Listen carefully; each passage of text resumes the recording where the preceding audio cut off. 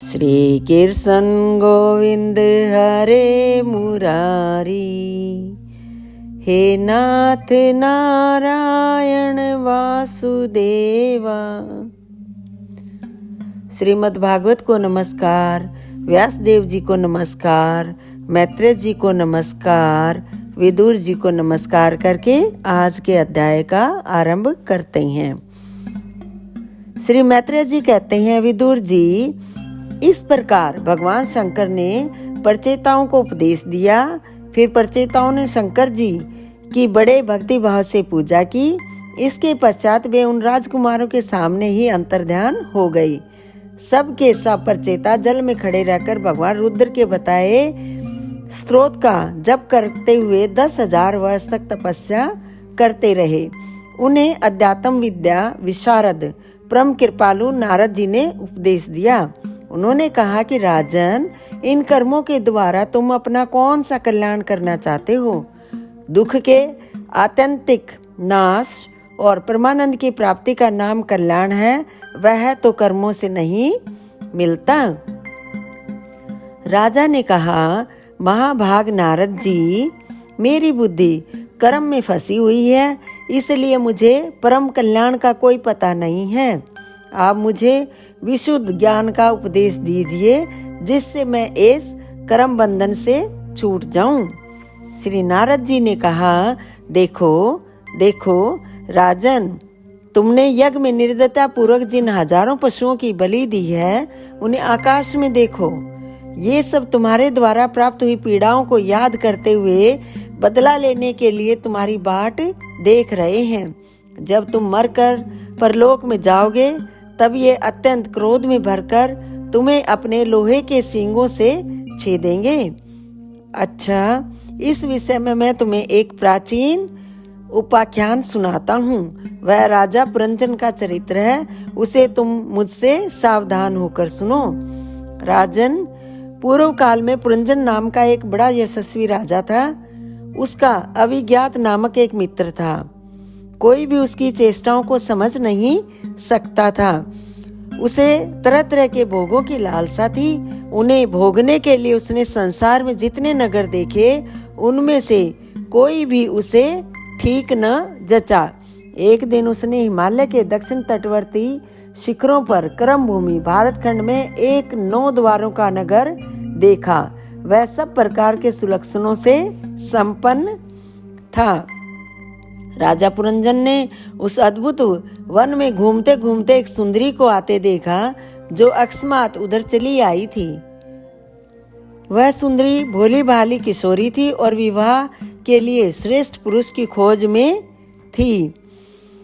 उसकी प्रेम से मटकती भौहों और प्रेम पूर्ण तिरछी चितवन के बाण से घायल होकर वीर पुरंजन ने लज्जा युक्त मुस्कान से और भी सुंदर लगने वाली उस देवी से मधुर वाणी में कहा, कमल दल लोचने, मुझे बताओ तुम कौन हो, किसकी कन्या हो? साध्वी, इस समय कहाँ से आ रही हो? भीरू, इस पुरी के समीप तुम क्या करना चाहती हो? सुंदरी, तुम साक्षात लज्जा देवी हो अथवा उमा, रमा, ब्रह्माणी में से कोई हो, या वन में मुनियों की तरह एकांतवास करके क्या अपने पति देव को खोज रही हो? तुम्हारे प्राणनाथ तो तुम उनके चरणों की कामना करती हो, इतने से ही पूर्ण काम हो जाएंगे। अच्छा, यदि तुम साक्षात कमला देवी हो, तो तुम्हारे हाथ का कीड़ा कमल कहाँ गिर गया? सुभगे, इनमें से तो आप कोई नहीं हो, क्योंकि तुम्हारे चरण पृथ्वी का स्पर्श कर रहे हैं। अच्छा, यदि तुम कोई मानवी ही हो, तो लक्ष्मी जिस प्रकार भगवान विष्णु के साथ वैकुंठ की शोभा बढ़ाती है, उसी प्रकार तुम मेरे साथ इस श्रेष्ठ पुरी को अलंकृत करो। देखो, मैं बड़ा ही वीर और पराक्रमी हूँ, परंतु आज तुम्हारे कटाक्षों ने मेरे मन को बेकाबू कर दिया है। श्री नारद जी ने कहा, वीरवर, जब राजा पुरंजन ने अधीर से होकर इस प्रकार याचना की, तब उस बाला ने भी हंसते हुए उसका अनुमोदन किया। वह भी राजा को देखकर मोहित हो चुकी थी। वह कहने लगी, नरश्रेष्ठ, हमें अपने उत्पन्न करने वाले का ठीक ठीक पता नहीं है, और न हम अपने या किसी दूसरे के नाम या गोत्र को ही जानती हैं। वीरवर, आज हम सब इस पुरी में हैं, इसके सिवा मैं और कुछ नहीं जानती। मुझे इसका भी पता नहीं है कि हमारे रहने के लिए यह पुरी किसने बनाई है। प्रियवर, ये पुरुष मेरे सखा और स्त्रियां मेरी सहेलियां हैं तथा जिसमें मैं सो जाती हूँ यह सर्प जागता हुआ इस पुरी की रक्षा करता रहता है। शत्रु दमन, आप यहाँ पधारे, यह मेरे लिए सौभाग्य की बात है। आपका मंगल हो। आपको विषय भोगों की इच्छा है, उसकी पूर्ति के लिए मैं अपने साथियों सहित सभी प्रकार के भोग प्रस्तुत करती रहूंगी। हो, इस लोकों की प्राप्ति हो सकती है। अहो, इस लोक में गृहस्थाश्रम में ही धर्म, अर्थ, काम, संतान सुख, मोक्ष, सुयश और स्वर्ग आदि दिव्य लोकों की प्राप्ति हो सकती है। वीर शिरोमणे, लोक में मेरी जैसी कौन स्त्री होगी जो स्वयं प्राप्त हुए आप जैसे सुप्रसिद्ध, उदार चित्त और सुंदर पति को वर्ण न करेगी।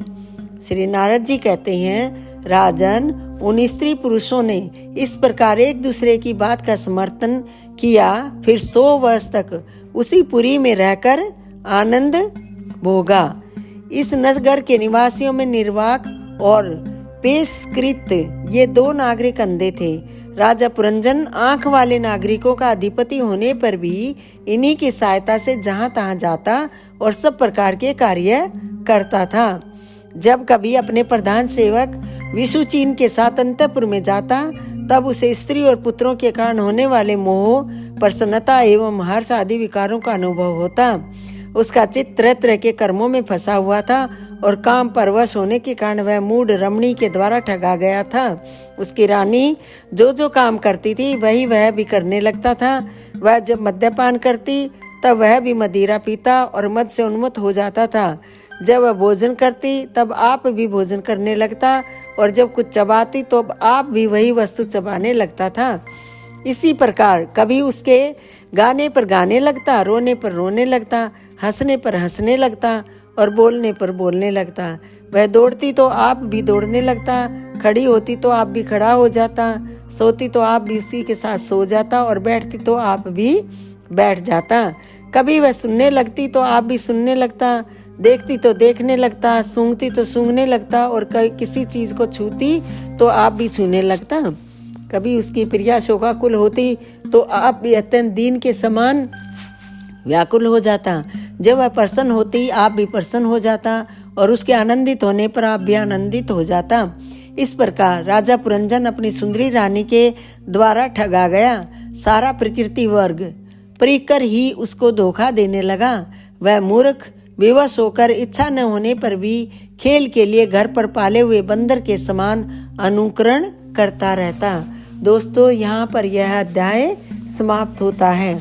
आप मेरे वीडियो देख रहे हो, लाइक भी कर रहे हो, लेकिन दोस्तों मेरे चैनल को सब्सक्राइब नहीं कर रहे हो। आपसे मेरी विनती है कि मेरे चैनल को सब्सक्राइब कर लें, उससे मुझे बड़ी हिम्मत मिलती है।